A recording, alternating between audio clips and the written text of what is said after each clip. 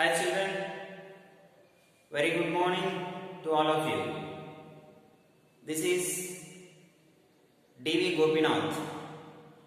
I have been here to explain you about some basic concepts about chemistry. As you are familiar with other branches of sciences, that is about mathematics, about biology, about physics, you have been come across some topics about light, about waves, all that about light, and in mathematics you have been come across about addition, subtraction, division. In biology you will come across about our human body, what are the different parts present in our body. All such things have been come across in the topic called science. Today I am introducing another branch of science which is called chemistry, but it will be related with some new concepts which are not known to you or which are very new words. You can come across about new words in that. So I will explain you about such topic called chemistry. What is chemistry? Chemistry, which I have already told you, it is nothing but it is also a branch of science. So it also belongs to science. But in that we will study about, in chemistry we will study about study of composition. What is composition? When some substances gather together, when we collect some substances together, then it is called some composition. So we will study about that. We will study about composition. Structure. Structure means what is the shape of water, or what is the bench, what is the shape of a bench you are sitting, what is the shape of a book you are using, what is the shape of a marker I am using, what is the shape of a board I am using.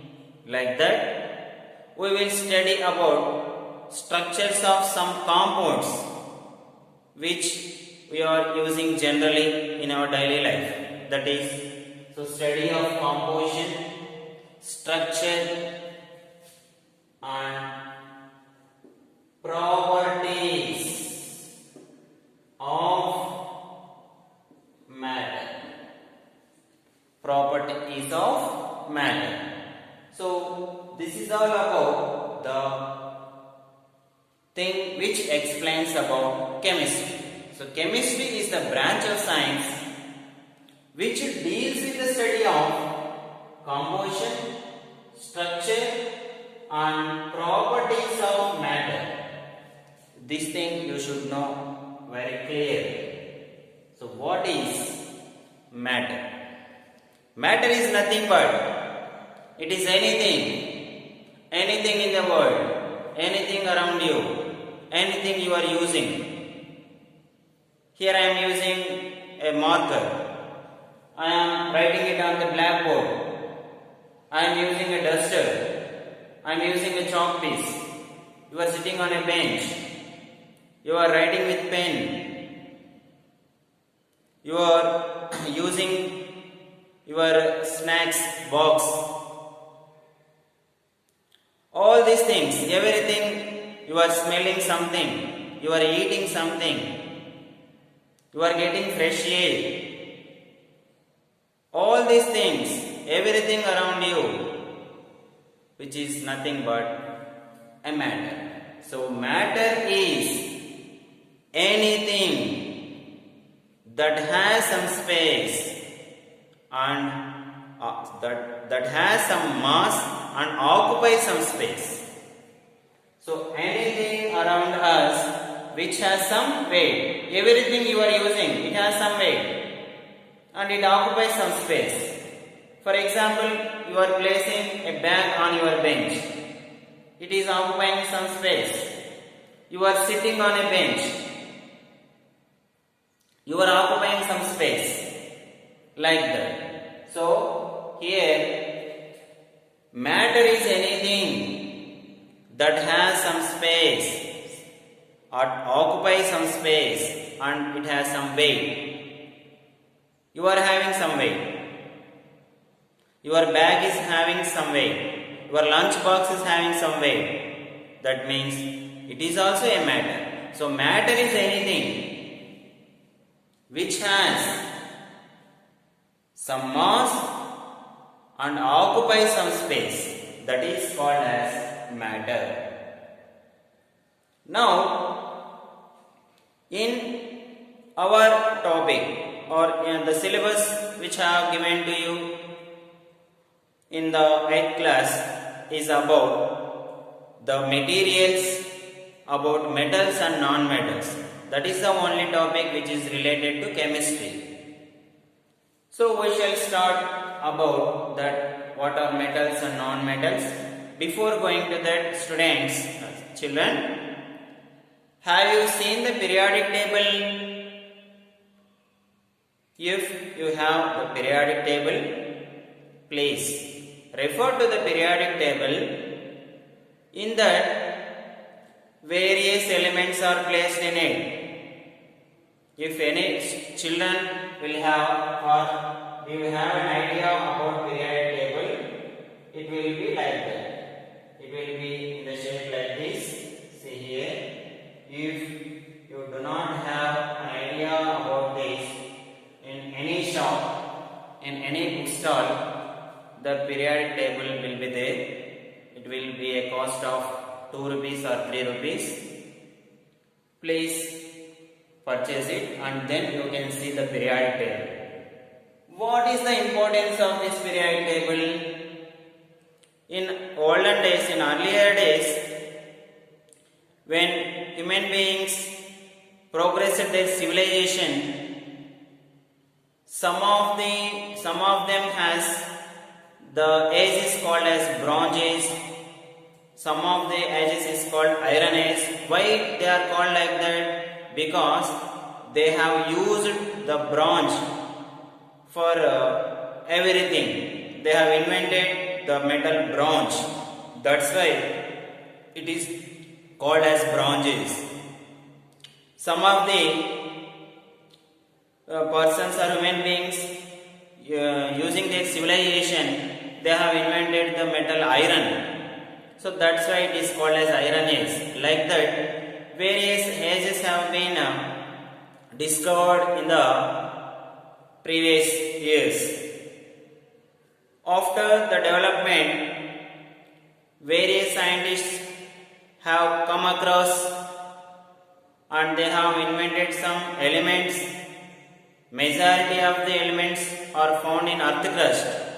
Generally, about 80% of the elements are taken from earth crust.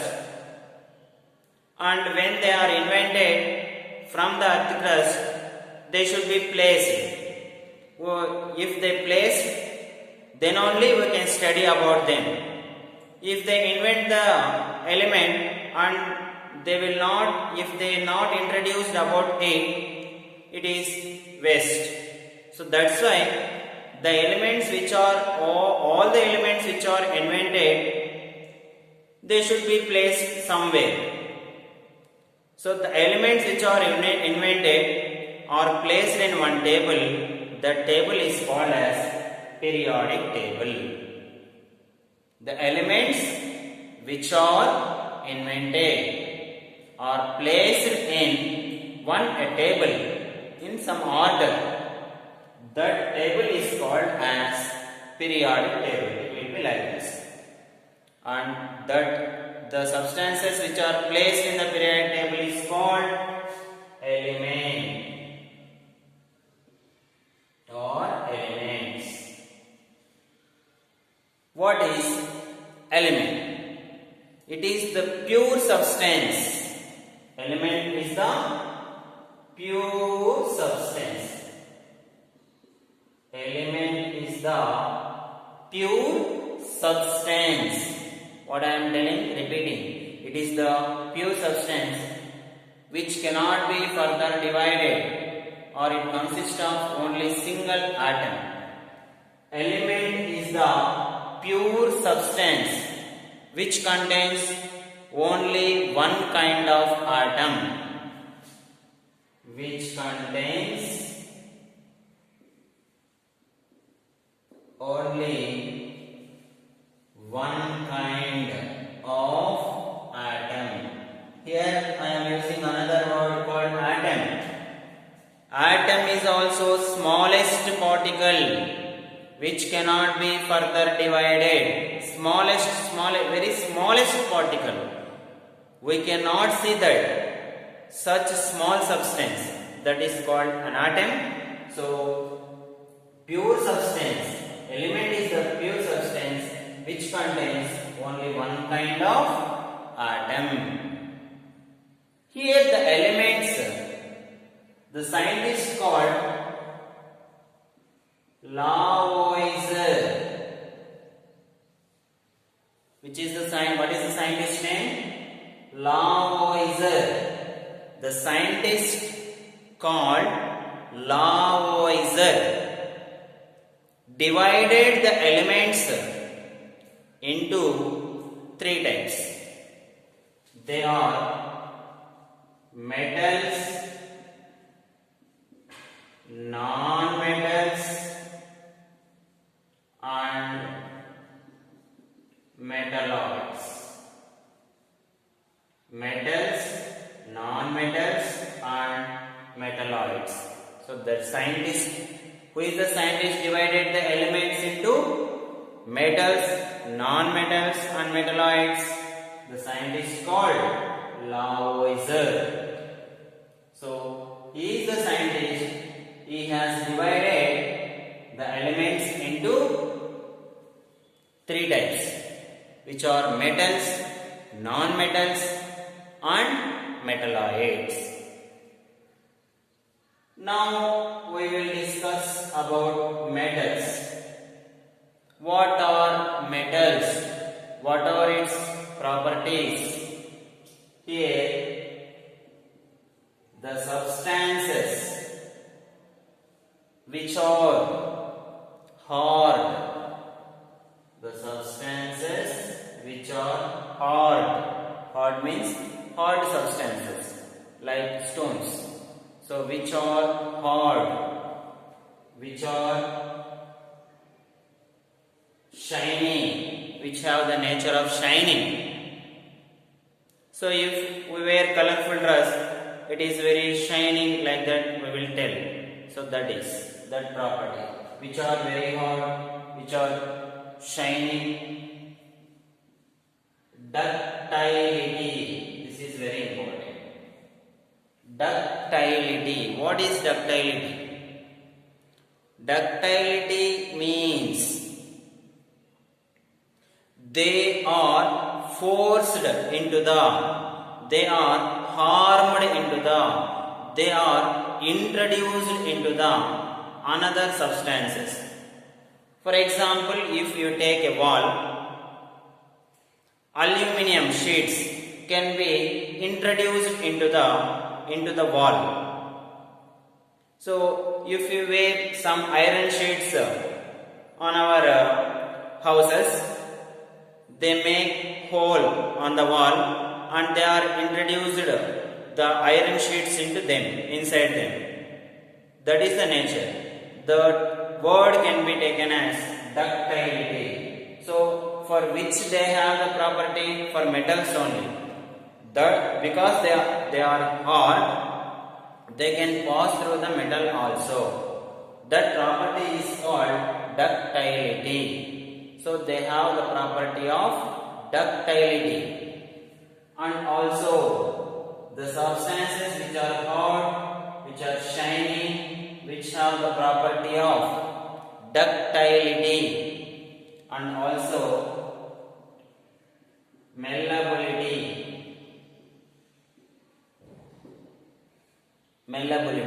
So what is the meaning of malleability? Malleability means which are used in the process of wiring. So for example, in electricity, you can see the pipes which are used in wiring. In that wires, inside the wires, some metal is passed through them.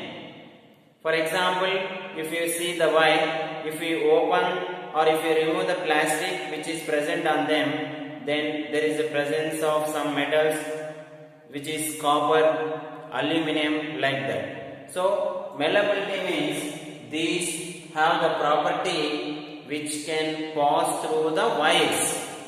That property is called malleability. So the substances which have all these properties and also good conductors of heat and electricity. Heat and electricity. If any substance have all these conditions, then they are called as metals. So what are metals? They should have the property of hard. They should be very hard. They should be shiny. They should have the property of ductility. They should have the property of malleability. What is malleability? The process in which they can be passed through the wires. And they should have good conductors of heat and electricity. They should be stable. When current is passed through it, it should not damage. When very much strong sunlight falls on it, it should be stable. If they have such property, then they are called as metals. So, best example for metals are iron, copper, and zinc, gold, silver. All these are the metals. So all these will have these properties: hard, shiny, ductility, malleability, heat and electricity. Good conductors of heat and electricity. So this is all about metals. In the next class, we will discuss about non-metals and metalloids. Thank you, children. Have understood all these things. So in this today's class, I have introduced about chemistry, introduction of chemistry, importance of chemistry, and about periodic table, why this has been introduced, and about element and how elements are classified. Generally, our lesson starts from here, metals and non-metals, and this is the introduction part. Thank you, children.